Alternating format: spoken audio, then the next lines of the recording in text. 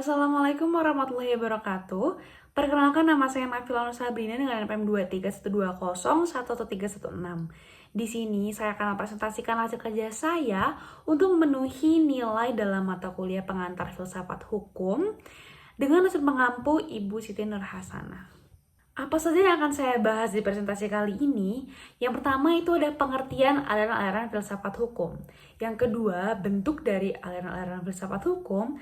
Dan yang terakhir adalah contoh dari aliran filsafat hukum. Yang pertama ada pengertiannya.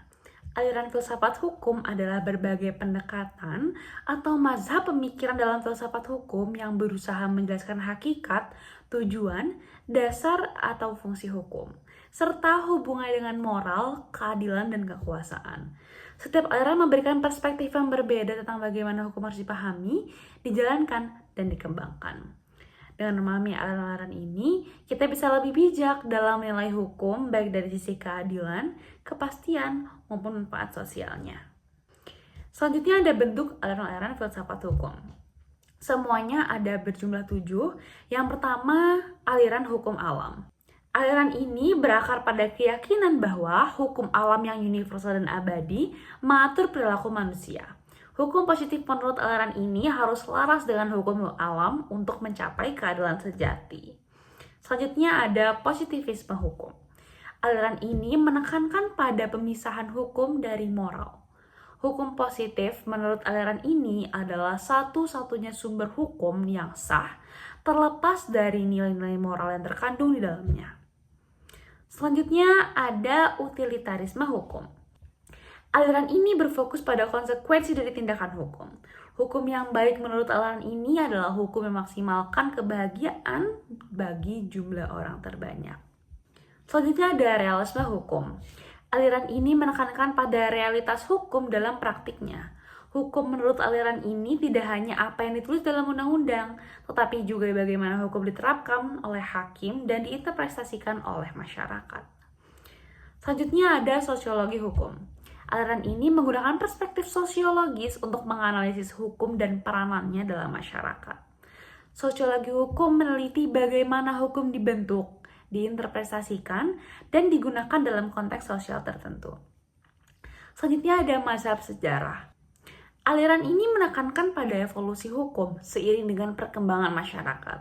Hukum menurut aliran ini tidak diciptakan, melainkan ditemukan melalui proses sejarah dan budaya. Yang terakhir ada sociological jurisprudence. Apa itu? Aliran ini berfokus pada hubungan antara hukum dengan masyarakat. Hukum yang baik menurut aliran ini adalah hukum yang mencerminkan nilai-nilai dan kebutuhan masyarakat yang hidup.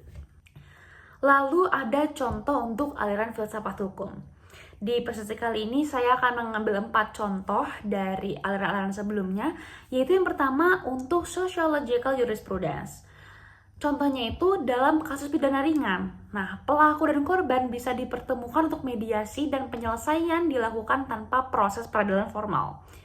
Ini mencerminkan pemikiran bahwa hukum harus menyelesaikan konflik secara adil dan harmonis berdasarkan kebutuhan sosial masyarakat, bukan hanya menghukum berdasarkan aturan tertulis. Selanjutnya contoh untuk aliran realisme hukum.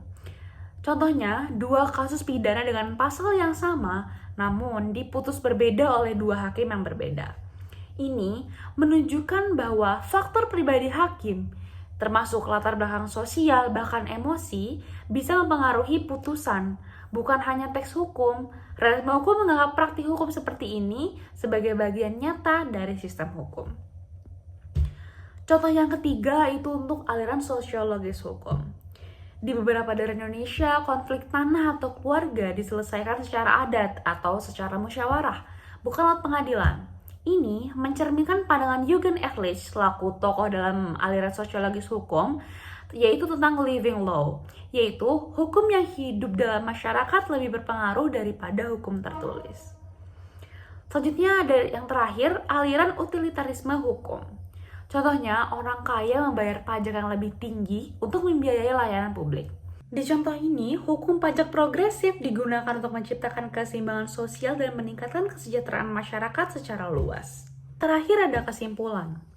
Secara keseluruhan, berbagai aliran dalam filsafat hukum menunjukkan bahwa Hukum tidak hanya dipahami sebagai aturan tertulis, tetapi juga sebagai bagian dari kehidupan sosial, moral, dan praktik nyata.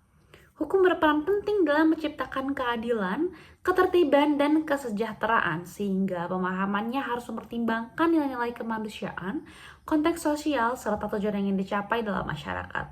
Pendekatan yang beragam ini membantu membentuk sistem hukum yang lebih utuh, responsif, dan bermakna. Sekian dari saya. Wassalamualaikum warahmatullahi wabarakatuh.